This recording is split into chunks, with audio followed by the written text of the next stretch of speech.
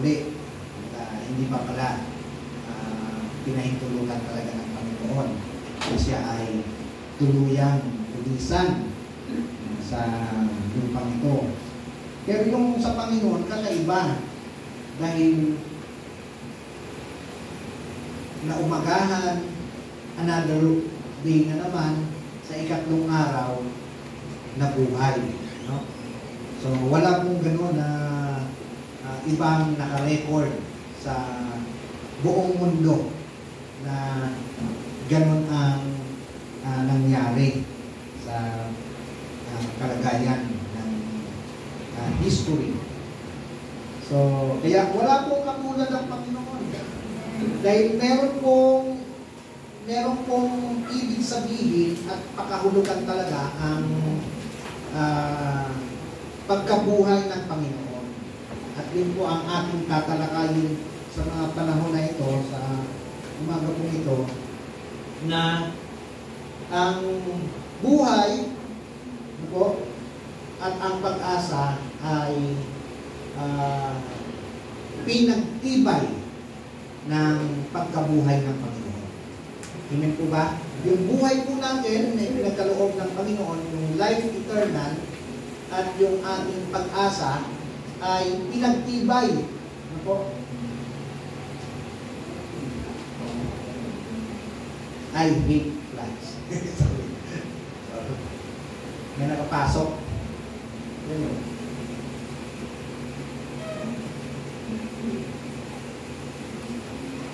So, tayo po ngayon ay darako sa 1 Corinthians chapter 15, beginning verse 12 up to 20. Ito, 1 Corinthians, wala po tayo, still wala pa rin po tayong weekly word. Hindi pa po natin na papa-install ang Microsoft Word. So,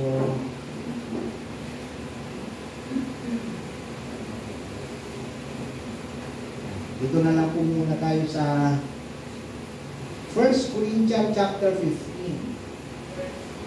12 po simula po. Pinagalang kita sa GC. Ang bigyan ng karoon. 1 Corinthians chapter 15, beginning verse 12. Sabi po dito, but if it is preached that Christ has been raised from the dead, how can some of you say that there is no resurrection of the dead?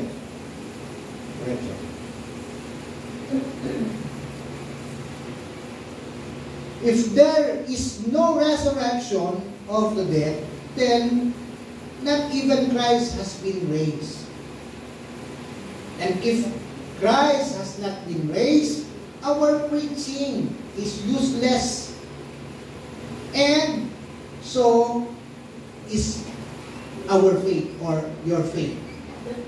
More than that, we are then found to be false witnesses about God. For we have testified about God that He raised Christ from the dead, but He did not raise Him if in fact the dead are not raised. For if the dead are not raised, then Christ has not been raised either. And if Christ has not been raised, your faith is futile. You are still in your sins. Then, those also who have fallen asleep in Christ are lost. If only for this life we have hope in Christ, we are of all people most to be pitied. But Christ has indeed been raised from the dead, the first fruits of those who have fallen asleep. Praise God for the reading of His Word. Tayo po'y manalangin, Lord, kami po ay nagpapasalamat for giving us this study. And we ask Lord God, properly ma-contextualize po namin ano ba ang kahulugan ng mga salitang ito, Panginoon, na ginamit ni Pablo, Panginoon, nung siya po, Panginoon, ay nag-preach at nagsalita sa maraming Kristiyano, sa mga taga-uling mo. Kami, Panginoon, ay patuloy mong bigyan ng kaunawaan about the resurrection of our Lord Jesus at ang importance ng kahalagaan mo ito sa aming buhay bilang mga mananampalataya. Salamat, Panginoon. Ito po ang aming dalangin sa pangalan ni Jesus. Amen. Ang resurrection po na nakatala sa Biblia ay hindi po clinic only, parang meron lang just sabihin na celebration po. Kasi pag hindi po naintindihan, ang iba po ang pakahulugan at pagsa-celebrate ng maraming tao. Noon, nung bata-bata pa ako, pag kumalimbang na yung kampana at nabigyan na buhay na si Jesus. Yan, bata pa kami. Isigaw na kami, naglulundagan. Buhay na si Jesus! Buhay na si Jesus! Naglulundagan kami. Yan, nalaman ko, pag lulundag daw, tatangkad. Pampatangkad yung paglundag doon sa buhay ni si Jesus. Tapos, maaga pa, mga gising na, nagsisimba. No? At sasalubungin yung merong angel na bababa. Yun ang pagkaakala ko noon talaga. Ganun na. But, praise God, nung ako po ay born again, naging Kristiyano, maraming mga pag-aaral ang napagdaanan, lalo na nung nagpastor na ako, mas lalo po nating napag-aralan at nahukay ang mga misteryo na nakapaloob po sa pagkabuhay ng ating Panginoon. In our time, nowadays, napakarami pong tao still hindi pa rin po nakakaunawa ng pagkabuhay. Actually, ang totoo pong dapat nating tawag sa ganito pong Sunday is a Resurrection Sunday, not Easter Sunday. No, ang Easter Sunday ay pagano po yung practice na yung tinatawag nilang God, no? Easter God. So, na sabi nila nabuhay daw. Pero hindi po yung totoo. Sa pagano po yun. So, ang totoo po ay, ang tawag po natin ay Resurrection Sunday. Kasi ito po yung inaalala natin ang pagkabuhay ng Panginoon. Kanina sa bahay, meron pong question na na-raise, bakit daw ang resurrection ng Panginoon ay iba-iba ang week. No? Banggit po yun. Maganda po kumbaga na tinitingnan natin, masin po tayo, inaalam natin. So, kasi yung ibang mga celebration like Jesus' birth, talagang 25 na yun. Diba? Kahit na maging anong araw man yun tumama, 25 pa rin po yun. Tama po ba? Pero yung Holy Week, minsan iba-iba. Napansin ng iba, merong Abril, merong March. O alin ba talaga? Saan ba talaga tumatama?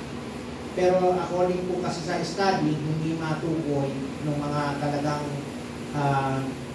nag-aral nito yung eksaktong week. Kaya nandoon yung within the March and April. Wala po kayong makikitang Holy Week na nasa February. Tama po ba? Wala din sa May. Tama po ba? But within March and April, nandoon tinitingnan ng mga nag-aral, yung mga Bible scholar, no? Nandoon. So, hindi nga lang matukol kung saan. According doon sa pagkakatali nila sa Gregorian calendar. Pero ang mahalaga po ay ating sineselebrate or binibigyan ng puwang para maalala ang ginawa ng ating Panginoon.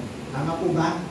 Mahalaga po na ating, kumbaga, na muling na tutunghayan.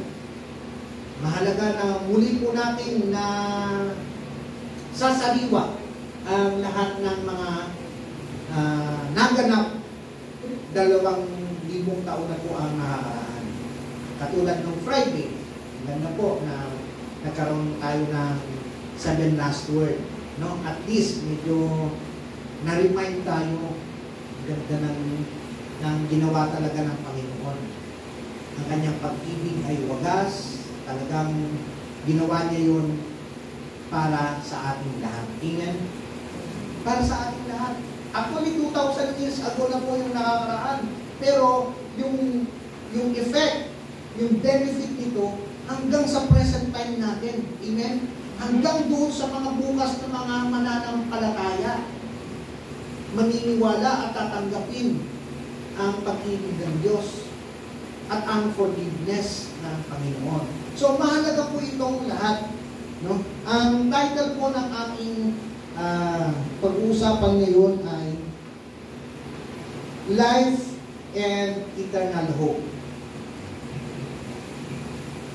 Pero ang tema po ay Resurrection, Our Christian Faith Advantage.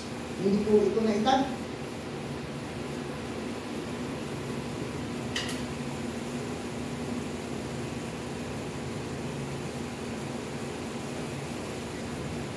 Wala?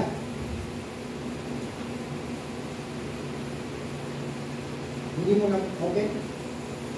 Nasa GC natin?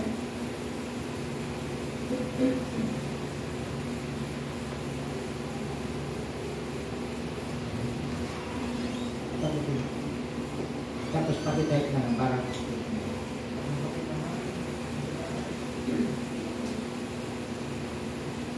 hindi yan.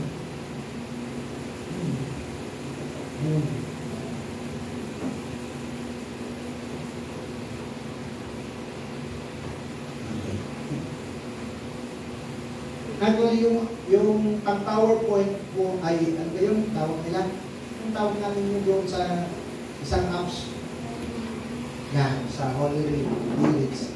Doon sa ating mga song, kayang doon, napansin ko kayang mag-type. So, doon na lang muna ita-type.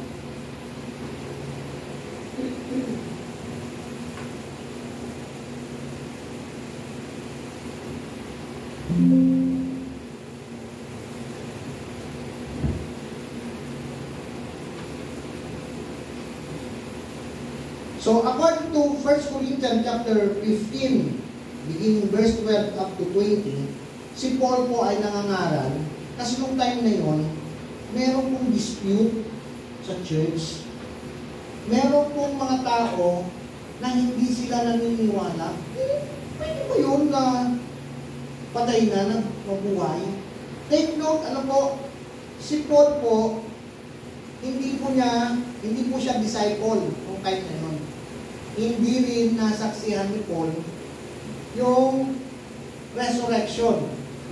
Kasi nung time na yun, unbeliever pa po siya. Kontra siya kay Jesus. Ano po?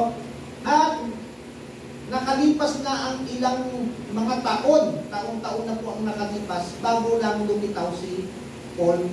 Si Paul po ay lumitaw sa Acts na, sa mga gawa ng mga apostol. Nung ang mga apostol ay tapos na po ng makatanggap ng banal na espiritu doon sa tinatawag nating Pentecost, di ba? Sabi ng Panginoon, maghintay kayo, ang banal na espiritu ay bababa. Tapos nung sila ay sa chapter 2, sila ay nag-iipon lagi, they fellowship together, they worship, they pray together, they eat together, nagko-communion sila. Ilang days po yun. Tapos later on, nagkaroon ng outpouring of the Holy Spirit. Nandoon lahat ng mga disciples. Tapos, nung sila in-empower na ng Panginoon, doon na nagsimula po sila na mag-ministry. So, humayo na po sila. May mga kanya-kanya na po silang kasama. Ano po? At sa kanilang pag-minister, sa kalagitnaan po ng Acts, medyo pagitna na, doon pa lang po pumasok ang eksena si Saul. Si Saul ay, assassinator. Siya ang nagpo-conspire kung paano sineset up niya ang lahat ng mga Christian at pagkatapos papahuli niya o ipapapatay niya. Yan si Saul. Yan. Si Saul, lagi niyang tinutugis ang mga Kristiyano. Kaya sabi ko nga po, kung si Saul ay buhay sa panahon natin ngayon at nalaman merong glorious one Christian fellowship dito, ipapapatay tayo ni Saul. Galit na galit siya sa mga Kristiyano noon. Kaya nung isang beses, meron po siyang pupuntahan na naman, nalaman niyang gathering ng mga Christian, pupuntahan niya sa Damascus. Kaso, sinalubong siya ng Panginoon at nabulag siya. At nung siya nabulag, nagpakilala sa kanya ang Panginoon, Saul, bakit ba ako inuusig? Panginoon, ikaw po ba yan? Doon po siya na-convert. Naniwala siya na meron palang, totoo palang merong Diyos. Totoo palang may Jesus. Ngayon, nung siya po ay nabulag, may ginamit ang Panginoon, kasi nagbiling na ng Panginoon, na pumunta ka sa lugar nito, may taong ganito, at ikaw ay makipag-usap sa kanya, gagaling ka, magagalingin ka niya. Yung tao din yung kinausap ng Panginoon, kaya hinihintay siya. No? So, ganun po yung nangyari. Now, si Paul, simula noon, na-convert from terror, from assassinator ng mga Kristiyano, na-convert into Christian, naging Kristiyano. At yung conversation ni Paul ay radical. Anong ibig sabihin ng radical? Talagang sobra. Dahil siya pala ay gagamitin ng Panginoon later on. Bakit? Yung history niya, siya ay nagpapapatay ng mga tao at ng mga Kristiyano, at nung naging Kristiyano siya, ngayon ang target niya ay magkaroon ng buhay na walang hanggan ang mga tao sa pamamagitan ni Kristo nung nakilala niya. So, kaya si Pablo ay apostol, napakasipag mag-church plant.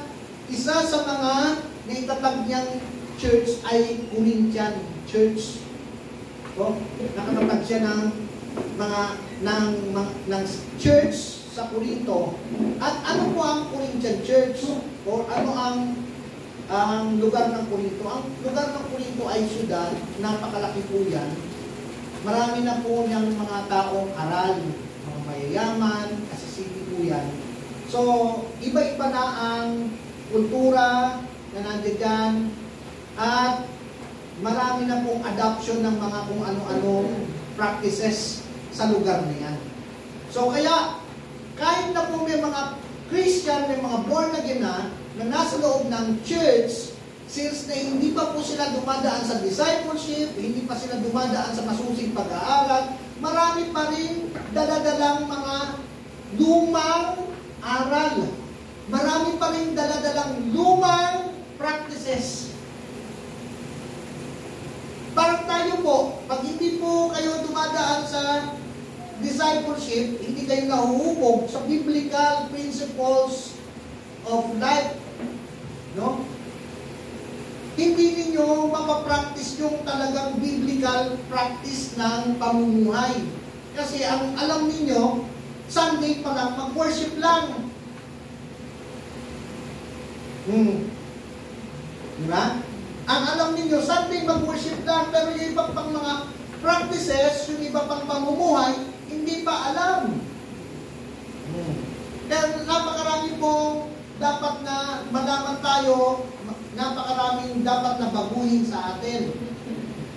At yun ay magaganap lamang kung tayo po ay patuloy na nagpapasakop sa salita ng Diyos, nananampalataya sa salita ng Diyos, pinaniniwalaan ng salita ng Diyos, dahil kapag ito ay pinaniniwalaan natin, nanampalataya tayo, at yun na ang alam natin, tinanggap natin, embrace natin, of course, yun ang ipapractice natin, kasi yun na po ang nakatanim sa ating isipan. Amen po ba? Babaguhin tayo ngayon ng salita ng Diyos at yun na ngayon ang magiging practice natin. Even pananalita, pag-iisip, at yun na ang ating mga ikinikilos. Amen po ba? So, nung time na yun, nag-preach si Paul, meron pong ibang alam yung mga tao. At nakarating kay Pablo na meron pong mga kumukontra na si Jesus ay nabuhay na muli. Pero nasa loob ng church, hindi naniniwala na si Jesus ay nabuhay na muli. Pero dito, tayo po bang lahat ay naniniwala na si Jesus ay nabuhay na muli? Amen. Amen po, dapat po. Ngayon, ang tanong, bakit kinakailangan natin maniwala na si Jesus ay nabuhay na muli? At bakit kinakailangan natin na alamin si Jesus nga ba talaga ay nabuhay na muli? Anong halaga nito sa ating buhay at sa ating pananampalataya? Kasi pinag-usapan po natin yung buhay eh. Kaya tayo nag-render ng buhay natin to Jesus Christ kasi merong sinasabi na kapag tayo ay na kay Jesus, yung buhay natin ay magiging maayos. Amen po ba? E sino bang hindi ko gusto na maayos ang buhay natin? Amen? So, since na nakita natin, ipinipreach, sinasabi po ito, uy, maganda pala dyan. Tayo ay nanampalataya. At least, gaganda. No? Yung buhay natin. At nagkakaroon tayo ng pag-asa. Ang hirap ng mabuhay na walang pag-asa. Amen po ba? Nabubuhay kang walang inaasahan. So, yun po ang kalagayan ng Corinthian Church na nag-preach dito si Paul patungkol po sa resurrection of Christ. So, sabi po dito, here's are some pointers. Because of Christ's resurrection, number one, no, our sin has forgiven. Sabay-sabay po tayo, sabihin po natin. Our sin has forgiven. Parang hindi pa po nag-almusal. Sabay-sabay. Our sin has forgiven. Yan. So, ang ating mga kasalanan ay napatawad. Sa pamamagitan ng resurrection. Bakit? Jesus' resurrection validates the penalty from sin. No? The penalty. Yung kabayaran ng kasalanan, ano yun? Kamatayan, kaparusahan. Amen po ba? Ngayon, kung si Jesus ay nanatiling patay, sayang yung ating pananampalataya. Kasi yung ating pinanampalatayanan, namatay din. Parang nung namatay yung inaasahan mo, wala na, bumuo na rin yung inaasahan mo. Amen po ba? Since na nabuhay siya, ibig sabihin, tinalo niya ang kamatayan. Tinalo niya ang kaparusahan ng kasalanan. Di ba pinag-usapan natin nung nakaraan, Father, forgive them. Yun ang first saying niya eh. Hindi kasi nila alam, patawarin mo sila, hindi nila alam ang kanilang ginagawa. Sayang po yung kapatawaran na yun kung hindi nabuhay ang ating Panginoon. Mahalaga po yun. Tingnan natin sa verse 17. Basahin natin. Yung kanina.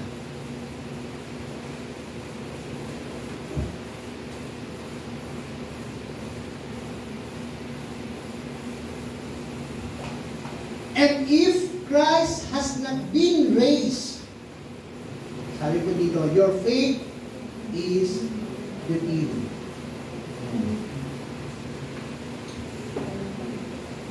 Verse 17 yan, tama. You are still in your sin. Sabi dito, you are still in your sin. Wala. Makasalanan pa rin tayo kung magkaganon. Kung hindi si Kristo nabuhay na muli, makasalanan pa rin tayo.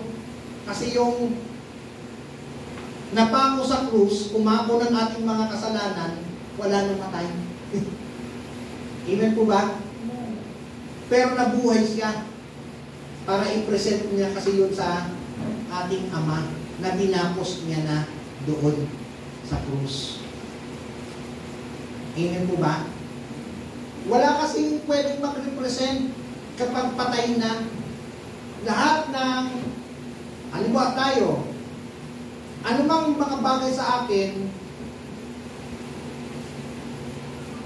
sa batas, merong provision yun kung pwedeng mag-represent yung asawa, yung mga anak. Amen po ba? Pero yung iba na mga bagay sa akin, hindi na pwedeng gamitin. Amen po ba? Like lisensya ko sa drive, pag-drive, hindi pwedeng gamitin ng sino pa man. Amen po ba? Ako lang yun. Ngayon, kung buhay ako, pwede kong i-present yun. Meron akong lisensya. Amen po ba? May katibayan yun. Yun ang ibig sabihin. Dapat si Jesus mabuhay at ang kanyang pagkabuhay, yun ang magpapatibay na ang ating mga kasalanan ay pinatawad. Amen po ba? Palakpakan natin ang Panginoon. Buti na lang ang ating Diyos ay buhay.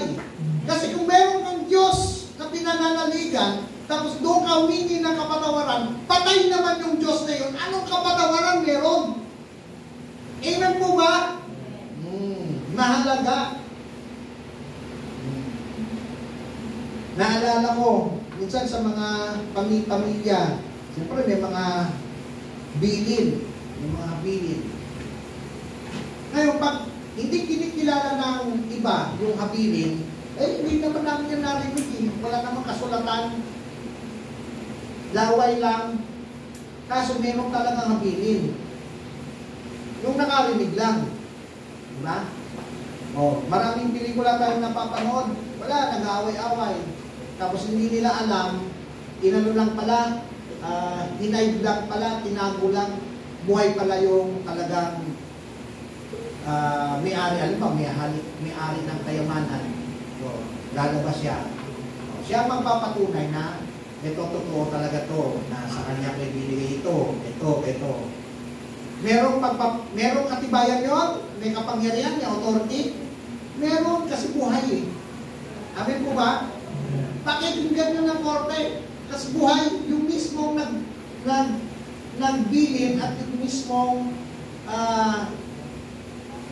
nagkaloob pakikinggan. Yun din ang sinasabi po ng ating first point. Second point,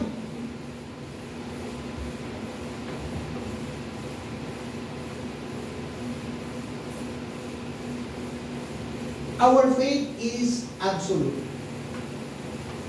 Verse 14, the resurrection assures believers that their faith is valid and that they have a relationship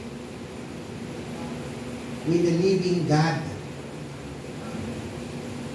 So, tingnan natin sa verse 14.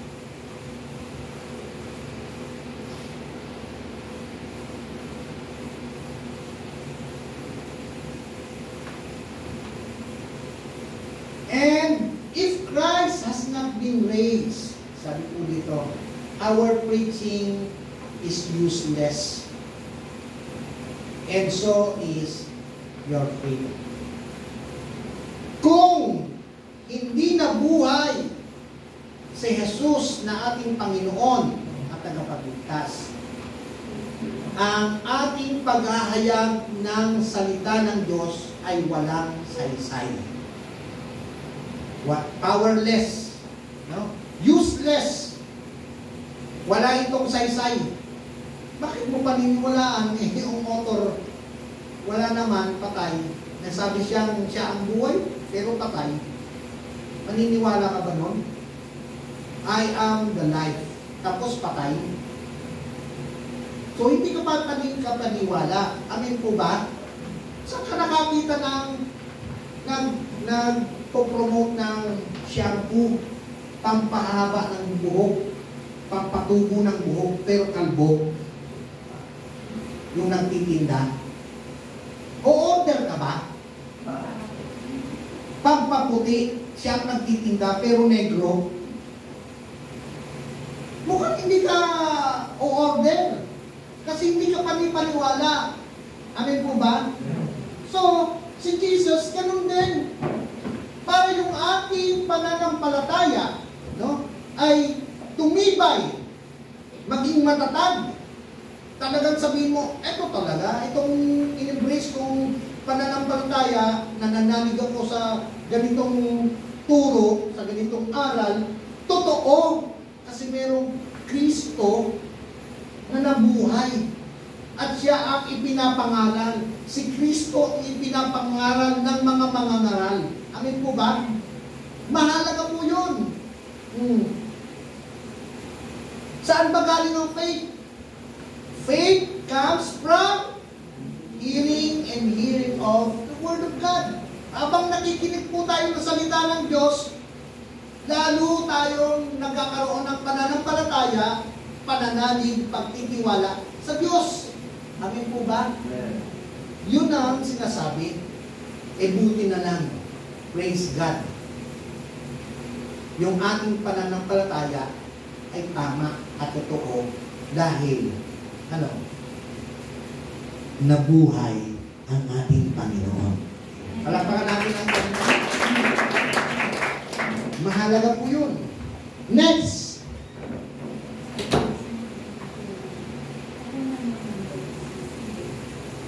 Our belief is true. The resurrection clarifies who Jesus is. The Son of God, the Messiah, and the one who has conquered death. In verse 15. Tingnan natin. More than that, we are then found to be false witnesses about God. For we have testified about God. Tayong mga nakapakinig, nanampalataya, nananig, nagsishare din tayo patungkol po sa ating mga nalaman. Sabi ng praise God. May mga nagsishare. Meron talagang ganun. Alam mo, mapag-share. Meron talagang mga tao pati na talagang may konti lang narinig, isi-share na. May kilala akong ganun. Doon sa kapatiran natin doon sa Bicol. No? Kasi mas ang saya-saya niya talaga na siya, napaka ang tawag ito, eager. Yan. Sobrang eager siya. Gusto niya talagang dumalo sa lahat ng mga Bible study, sa lahat ng mga pag-aaral. Gusto niya dumalo at lahat ng napakikinggan niya, tinitake niya. At ayon sa kanyang pangunawa, according lang sa kanyang pangunawa, isi-share niya yan ngayon. No? Nakakalimutan siya kung saan-saan. Lahat na lang nasalubong niya, sisharean niya. Kahit hindi niya kilala, basta nakasalubong ka niya. Kaya kung hindi kayo niya kilala makakasalubong, sisharean ka niya. Kahit born again ka na, patatanggapin niyo pa niya. Ganun yun kainit kay Lord. Oh. Nag-witness kasi siya. No? At naririnig lang natin ng word na witness doon sa mga mahabang buhok na naglalakad pair by pair o kaya minsan tatlo. Ano yun? Jehovah's Witnesses. Diba? Pag Sabado, iikot na sila. Hindi pa sila nag-witness. Pero yung mga Christian, mga born again Christian, limunin mo. Hindi, limunin mo. Sabihin mo, nag-witness ka ba? Nilimon mo na? Sabihin mo, nag-witness ka ba? Hindi, sabihin mo.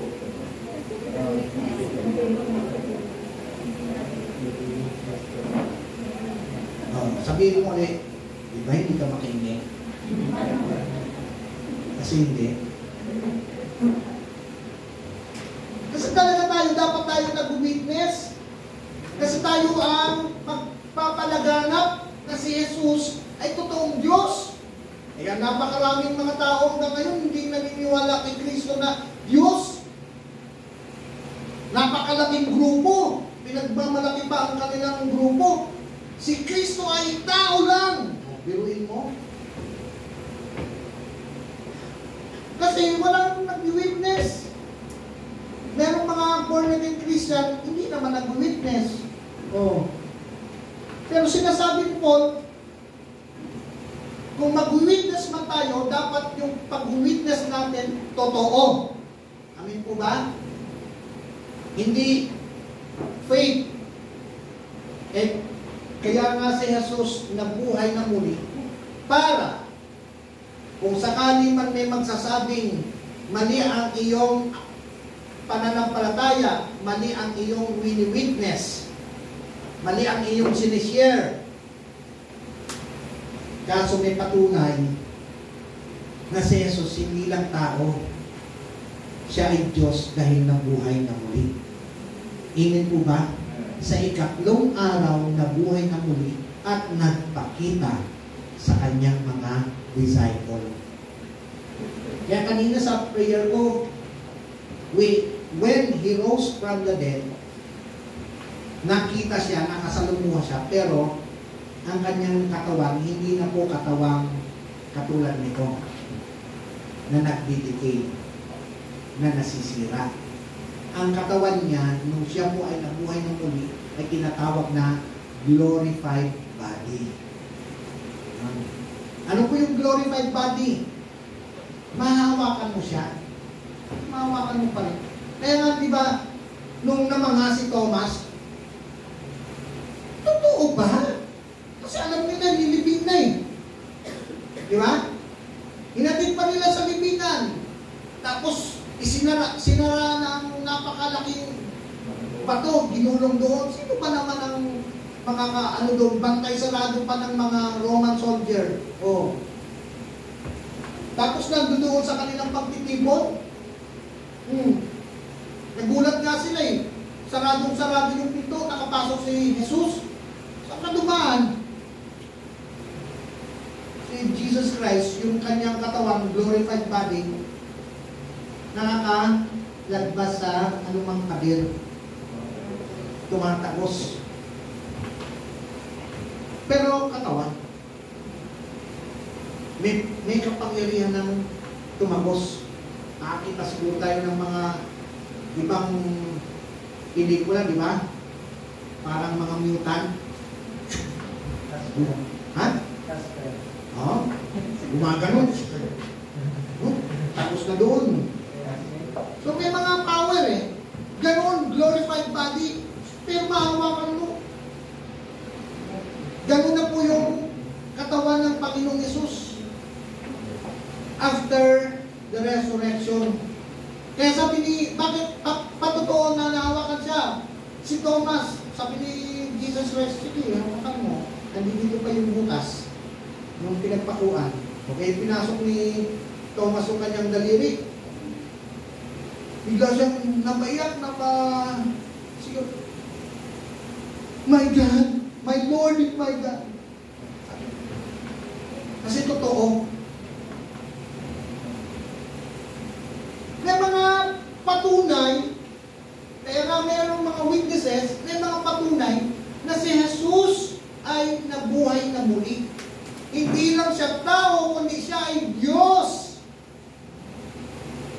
na nagkatawang tao at naging sakripisyo para sa ating lahat,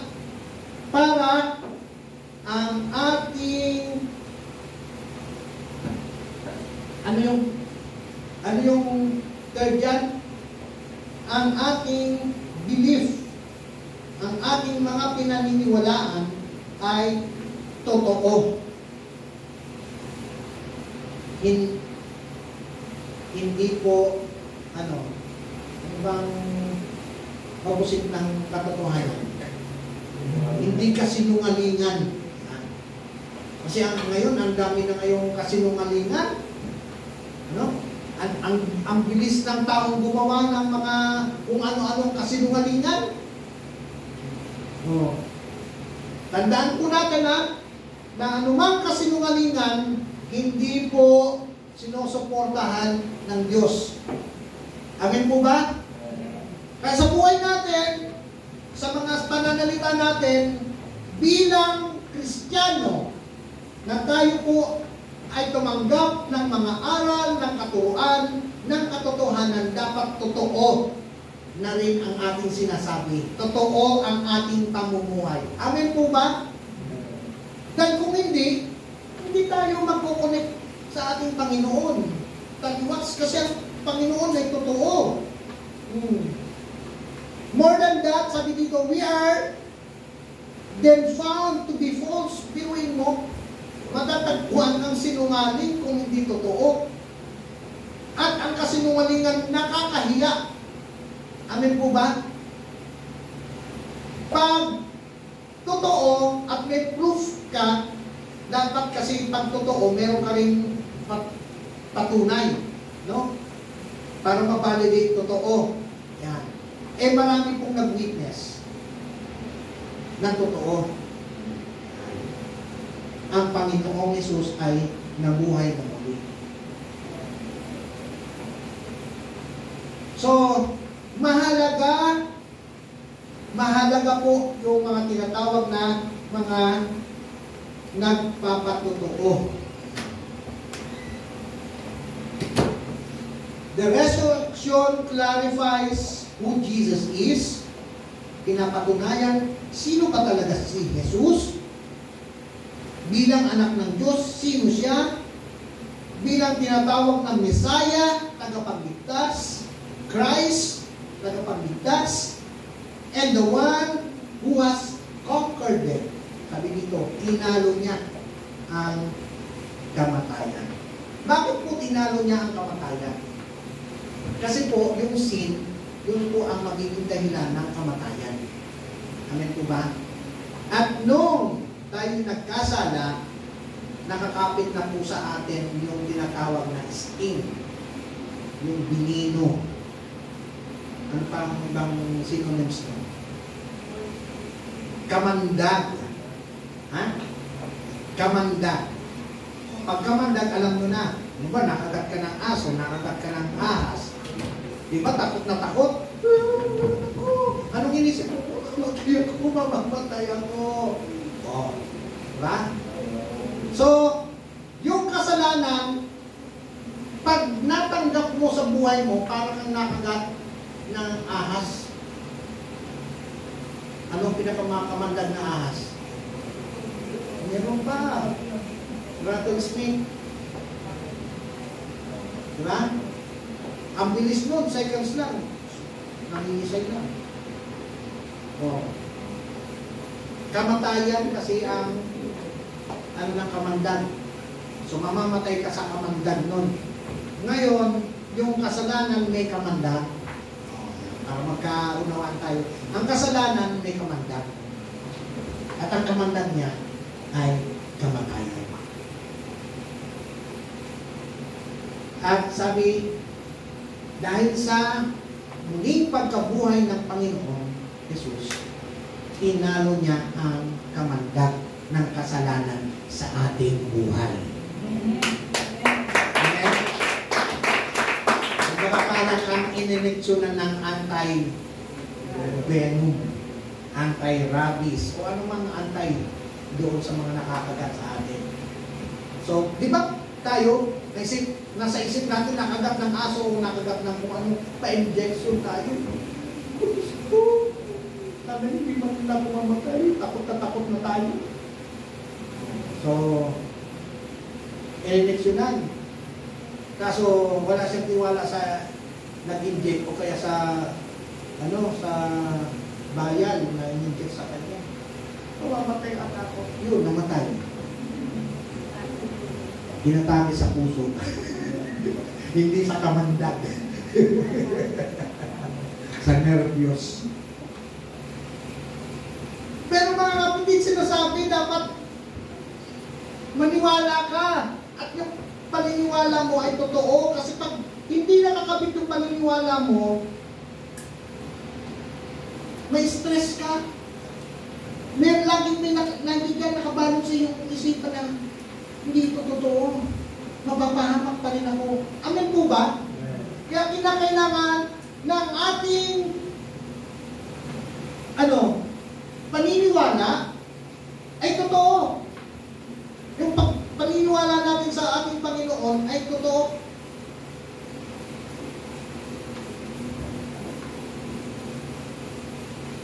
That Christ conquered death. Noon, ang kinakanta, noong mga 80s, Hallelujah, Jesus is alive, death has lost its victory, and the grave has been denied. Tapos meron pa, celebrate, Jesus, celebrate, celebrate, He has risen, He has risen. Ngayon, hindi na kasi yung generation natin ngayon, iba na eh. Rakraka na ngayon.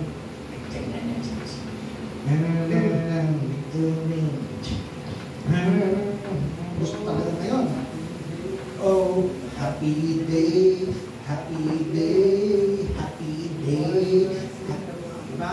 Gusto ng mga tao ngayon, po happy.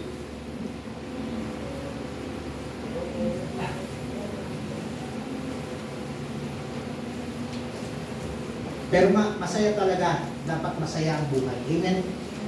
Nagiging masaya ang buhay po natin dahil meron pong Panginoon na binanggap natin sa buhay na natin na nangako na bibigyan tayo ng eternal life. At yung eternal life na yun, dapat mangyari yun. Kaya tinalo niya ang kamatayan. Amen? Para matanggap natin yung eternal life. Number 4, our life is compassion.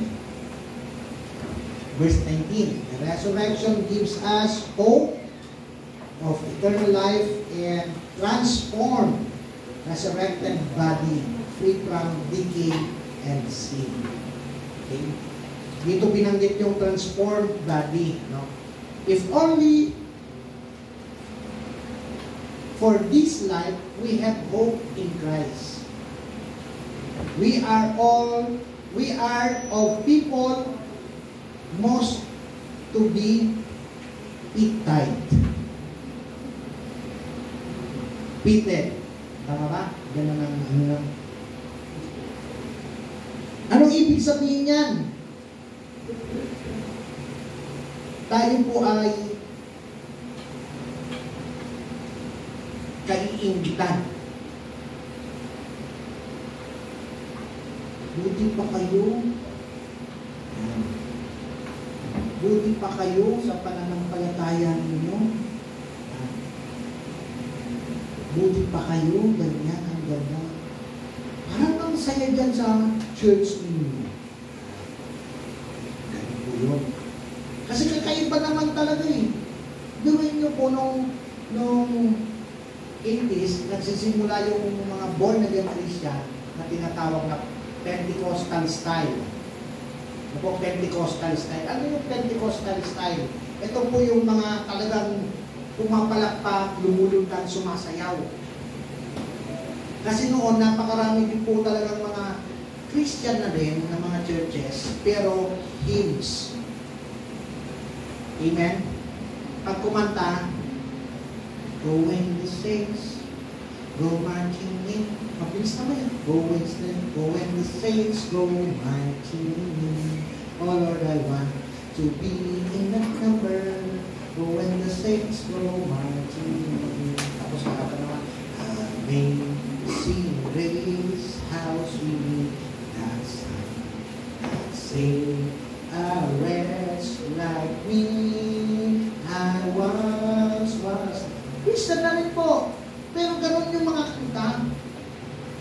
Minsan naka-attend ako. No? Hindi natin po sila minamasama kasi mga kapatid din po natin sila sa pananampalataya. Kaya nga lang, ang kanilang nakagisnan po ay mga awiting himno. Yung tahimik lang. No? Dumating ngayon yung mga tinatawag ng Pentecostal style.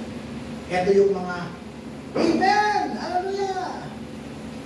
Noong 80s na yun, pag kumanta, Allah, alive forevermore, my Jesus is alive, alive forevermore, alive.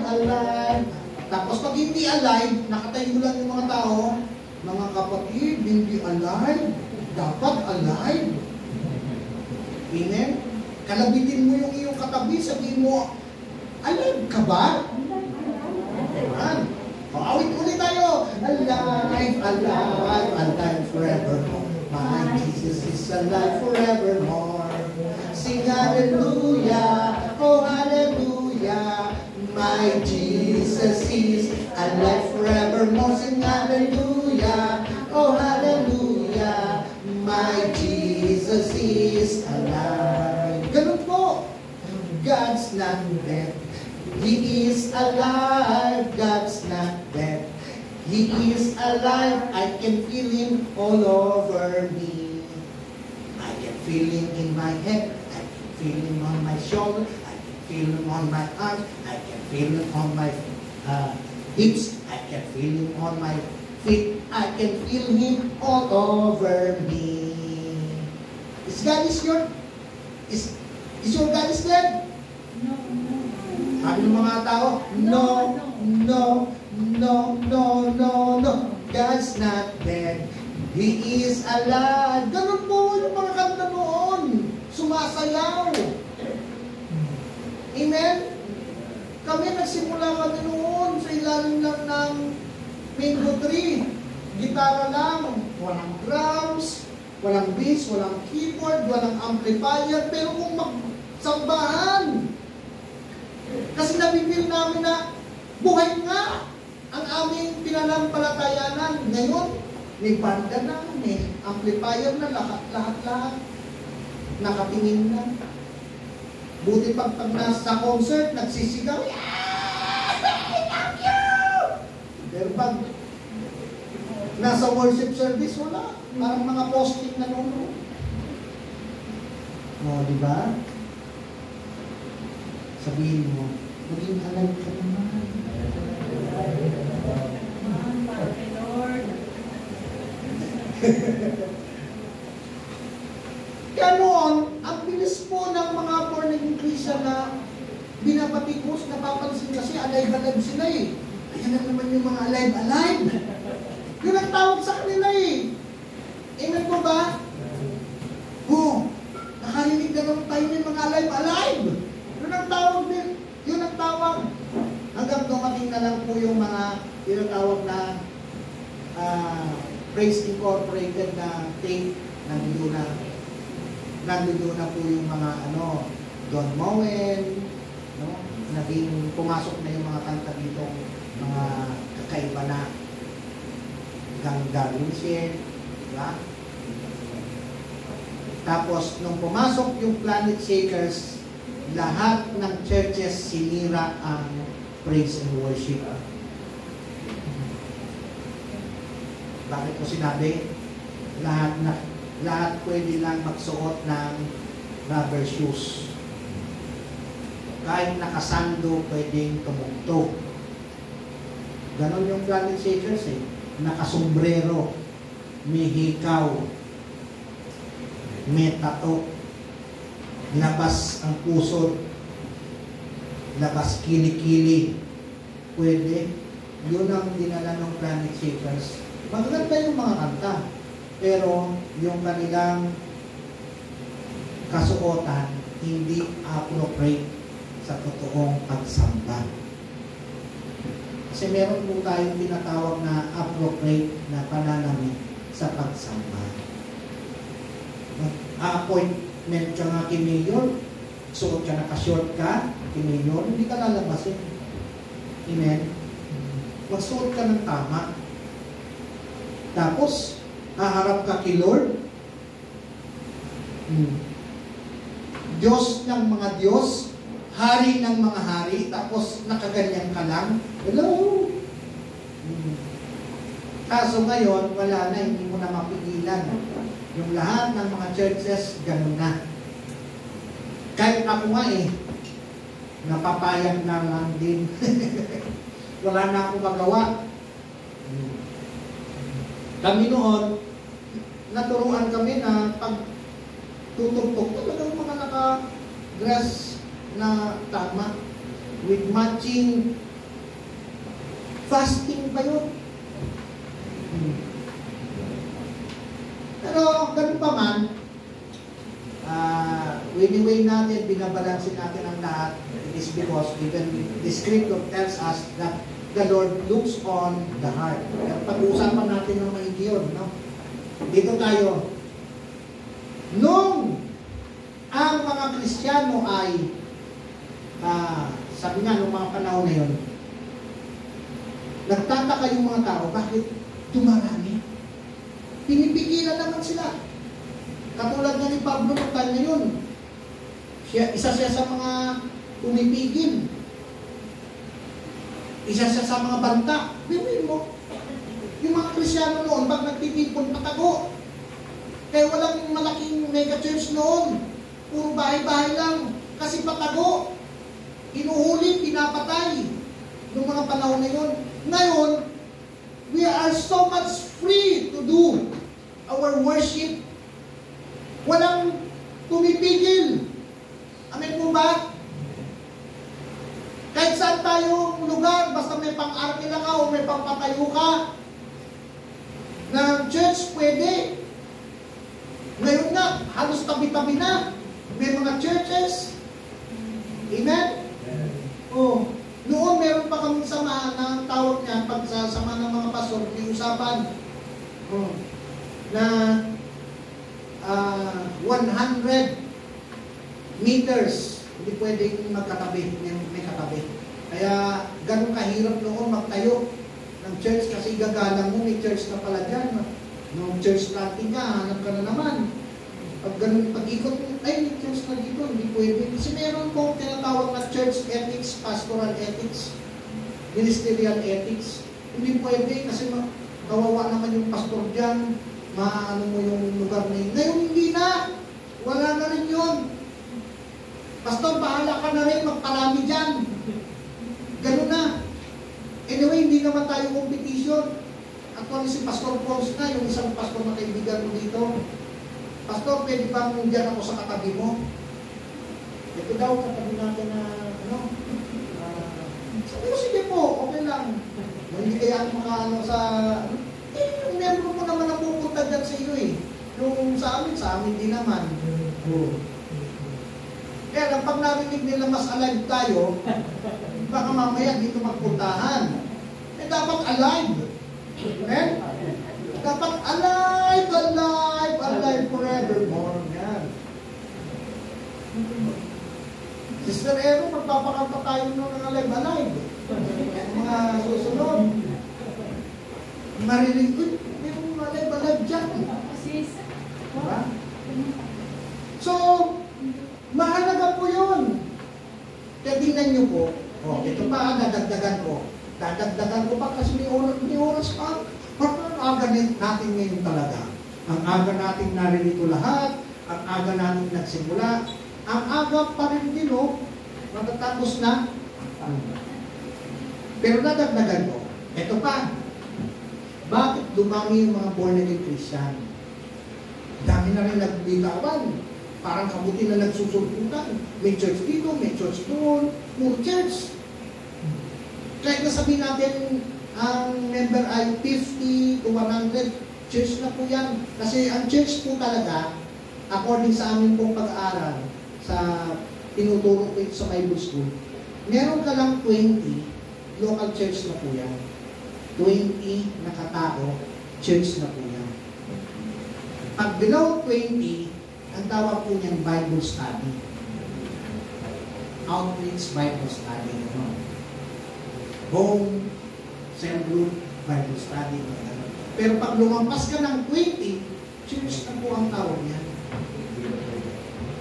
Gano'n na po yun. Pastor ka na. So, bakit dumami? No? At ang bilis. Tapos hindi lang yun. Pati yung mga hindi naman born again, kumakanta rin na rin ng Allah. Yung kanta natin, yung mga bagong kanta natin, kinakanta rin na rin. Amen? Nakakita kayo? Kahit simbahan ng Catholic, with drum set na rin sila. Nagpe-praise and worship na rin sila. Yung mga pare, hindi na sila katulad ng dati nilang misa, may preaching na rin. Bakit? Napansin kasi ng Catholic Church, hindi po ito paninira. Nauubusan na tayo ng tao. Nagpupunta sa mga alive-alive. Gusto kasi ng mga tao, sumasayaw-sayaw. Masaya. Amen? Bakit? Pilipino kayo. Ang mga Pilipino, masayahin at gusto sa musika. Tingnan mo lahat ng bahay, may mga radyo, may mga amplifier, may mga tumutugtog. Gustong-gusto ng mga Pinoy, nagpapatugtog, kumakanta. Amen? O kaya, alam ng Panginoon na tayo ganun. Kaya, yun ang inilagay ng Panginoon sa puso natin. Yan. Tayo, mga nanampalataya, naging masaya. Praise God, yung pananampalataya namin, hindi sayang. No? May kamuluhan. Noon, ang alam ko noon, ganito. Kabago na naman. Yan na naman, meron na naman.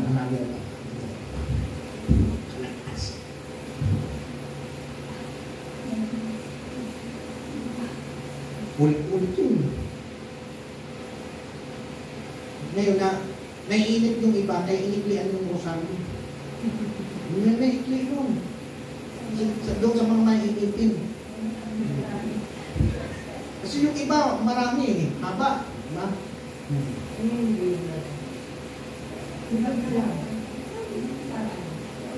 Meron nga, ano na lang, isang gano'n na lang dito. Ay, isang ikot lang yun. Tapos ka na. Sabi nung Chinese, Filipino-Chinese, magpapapray. Pa-pray ko po yung asawa ko.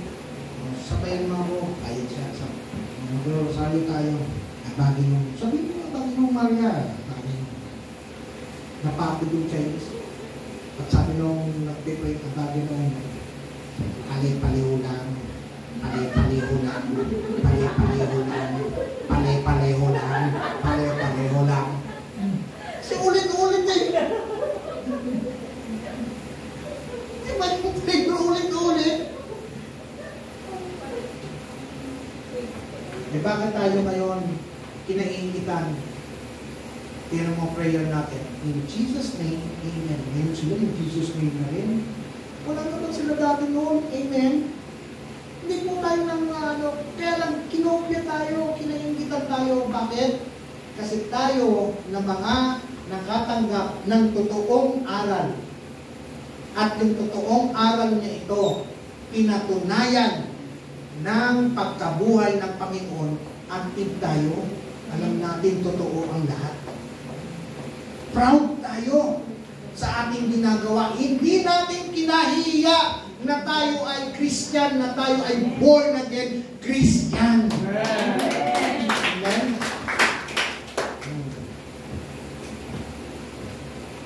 Dapat sa lugar natin, kilala tayong born again Christian. Papatugtog ka ng mga... Ako pag ako nakadaan, o tayo nakadaan, may narinig akong tugtog. Christian yun. Diba? Kasi doon nalalaman yung Christian. Oh. Sabi doon sa, may mga biyahero, ngayon, meron isang kainan, restaurant, na kung saan yung mga biyahero doon po bumababa sa mahabang biyahe ng dito. Tapos may nakalagay mahabang karatula, 50% off sa lahat ng mga Christian. Uy, sabi mo, 50% off. Order. Ito. Pinita nila. Inamin. 50% naman. So, kung kakain tayo ng mga 3,000, bagyan na natin yung 6,000. Ganun. Okay.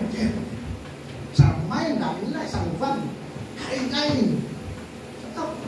Nung punta na, kakain na, babayad na, magkano po sa amin?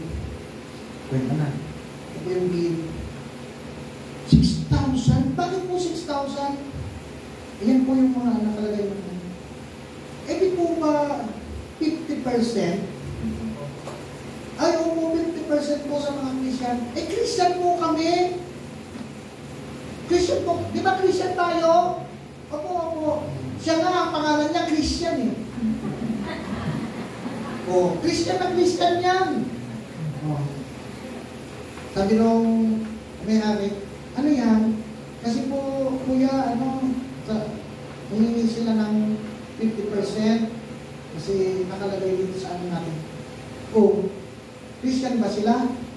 Opo sir, Christian po kami. Opo sir, nasigawan, Christian po kami.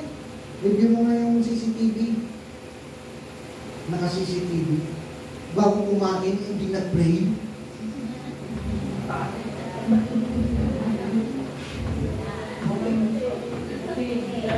Rimunin mo nga yung katabi mo. Sabi mo, nagpipray ka pa rin ba? Yes. Ngayon, dahil sa hindi sila nag-pray, sabi nung may-ari, kasi po alam po namin yung mga Christian nagpipray nila bakit kumain. Nagka-cast out pa nga eh. Nag-intercede pa. Binayaran nila. Mga kapatid, may proof, may ebidensya ang mga Kristiyano.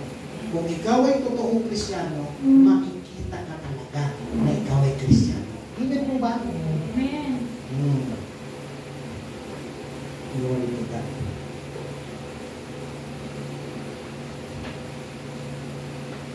Meron ba hanap? Pang-5. Last na ano? Our hope are not lost. Sabi ni Tatay Boy, maaga pa naman. Our hope are not lost. Verse 18. The resurrection provides a sense of purpose and fulfillment as we are united with Christ and empowered to honor Him. Ang ganda na, no? Ang ganda po. Verse 18, tingnan natin. Then, those also have fallen asleep in Christ are lost. Kung, sabi po ni Pablo, kung hindi nabuhay si Kristo, so lahat ng nauna na ika nga nauna na sa atin, ay wala pala, nakakalungkot pala sila. Kasi hindi naman pala sila ligtas. Hindi po ba? Actually, minsan ako po, pag ako mag-isa, kasi meron akong father na nauna na, Christian din yun. Yung kapatid kong pang-5, no? Masigasig din sa Panginoon. Nandoon na. Sabi ni Paul kasi sa ilang sulat niya na ang lahat ng mga nauna na they become witnesses. Nakikita nila tayo. So kung meron tayong mga palihim na ginagawa, sasabihin ng kamag-anak natin, ang mahal natin sa buhay, kapatid ko, meron ng Lord, nakakaya. O meron naman siyang ginagawa. Kasi witnesses sila eh. Nakikita nila yung mga ginagawa natin dito. Kaya kinakailangan po, dapat maganda. Pero binabanggit po dito, kung hindi nabuhay si Kristo, wala sila doon sa Panginoon. Sayang. Eh kung wala sila, silang mga nauna, wala din tayong aasahan. Amen po ba? Pero dahil sa pagkabuhay ng ating Panginoong Jesus, we are not lost. Kaya ka doon sa kanta, I once was lost, but now I'm what? Natagpuan na tayo. Ang Panginoon, lahat tayo tinatagpo. Salamat, one day sa buhay natin, kahit na tayo napakatigas, dahil natin mga nilikuan kung saan tayo pumunta, hindi tayo tinantanan ng Panginoon na hindi tayo sa lubungin. At nung nasa lubong natin ng Panginoon, salamat dahil nagpakumbabalik tayo, tinanggap natin si Kristo. Katulad ni Pablo, nasa lubong din natin ang Panginoon. Yun ang tinatawag na encounter with God. Na-encounter natin sa buhay natin si Lord. Salamat. At yung Lord Jesus na na-encounter natin, hindi po siya nanatiling patay, kundi siya po ay buhay. Ngayon po ba? Ang buhay po ay, kumbaga, merong gumagalaw, merong yung pagkilos, no? Lahat ng ito active, aktibo. Yun ang tinatawag na buhay. Kaya, ang mga Kristiyano, ang mananampalataya, kinakailangan active. Amen po ba? Hindi patay. Kasi ang patay, wala nang galaw. Amen? Dapat active. Merong magkaibigan. Kung magkaibigan ito, bata pa po sila, magkaibigan na. Ngayon, yung isa may kaya, yung isa medyo, simple lang kung buhay. Yung may kaya, sila ay pumunta ng Manila, from province, pumunta ng Manila. Sabi nung magkaibigan, friend, walang iwanan na, meron pa silang kaganugan ng kamay. Gesture. Okay, paganugan pa sila. Tapos, nagbigayan sila ng palatandaan nila. Basta kahit na anong mangyari, paglaki natin, magkaibigan pa rin tayo. Oo naman po. Tagal ng lumipas. Ngayon, yung sa probinsya, nag-aaral din, pero simple lang, siya ang nagmana nung lupain ng kanyang mga ng tatay. Kasi mayroon ng masakaan. Tapos, merong kabayo, may kabayo yung tatay niya, bata po. Hanggang lumaki, kasama niya, nag-train niya yung kabayo, halos magkaibigan na sila. Kaso, may mga born again Christian na nagtayo ng church sa province, kaya naturuan, naging na-born again. So yung kabayo, tinuruan niya. Tinuruan niya yung kabayo. Pag siya nakasakay, pag sinabi niya, praise the Lord, yung kabayo, tatakbo. Praise the Lord. Praise the Lord. Praise the Lord. Lalakas yung lalakas. Ang pampaito, hallelujah. Sabi niya, hallelujah! Pray mo kagad yung kabayo. Na-train niya yun. Ngayon, isang beses, bakasyon, panahon ng bakasyon. Nagbakasyon yung nasa Manila. Oy, pre! Tagal natin yung nagkita. Naku, ibang-iba ka na talaga. Ay, ibang-iba. Big time ka na. May dalang kotse. Uy, gawin naman yung sasakyan. Siyempre, ganun talaga sa Manila eh. Ikaw, kumusta ka naman? Ito, ako ang nakamananong sa mga tatay ko. Ano bang sasakyan mo? Ay, meron akong sasakyan. Ito. Uy, sabi nyo. Alam nyo, ang mga taga Manila, kahit na merong sasakyan, mas gusto sa kabayo eh. Uy, talaga ako. Gusto kong sumakay dyan. Aba, siyempre naman pre, papasakayin kita dyan. Moses, sakay. Ginagawa niya. Kasi, nakasakay na rin daw siya sa mga kabayo. Ayaw kumilos. Ayaw. Ay, meron kasi yan. Tinuruan ko kasi yung kabayo ko. Ang kabayong yan, susunod lang. Pag sinabi mong, praise the Lord, sakay ang tatakbo. Pag sinabi mong, hallelujah, titigil siya. Ano nga ulit? Praise the Lord, tatakbo yan.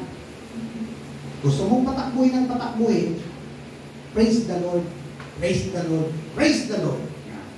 Pag gusto mong patigilin, hallelujah, titigil yan. Sige. Simple lang pala. Sabi niya sa kabayo, praise the Lord! Praise the Lord! Praise the Lord! Woo! Praise the Lord! Gusto pa niya pabilisan, praise the Lord! Praise the Lord! Praise the Lord! Sabi siya ng praise the Lord! Praise the Lord! Mamaya-maya, papunta sa bangin yung kabayo. Praise the Lord! Nakalimutan niya. Tingin! Takbo ng takbo yung kabayo. Hallelujah! Nandun na isang akbang na lang. Nandun na sa dulo. Sabi niya, hallelujah! Tumigil. Praise the Lord.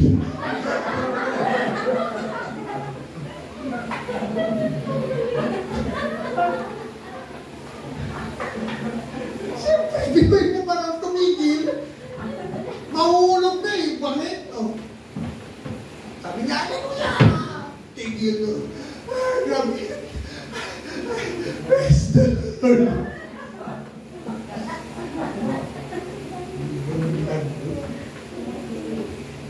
At least yung kabayo, alive.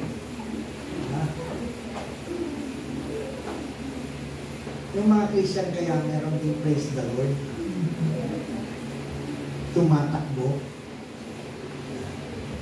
Mahalaga po na tayo po ay, sabi nga natin, tayo ay maging masaya na merong Panginoon na nabuhay na tayo.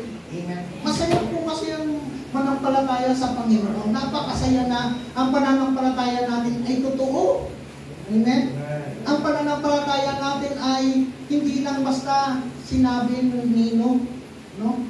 Merong mga nagpatotoo din, may mga patunay. At salamat dahil hindi sayang ang ating pananampalataya. Palakpakan natin ang Panginoon. So, in conclusion po,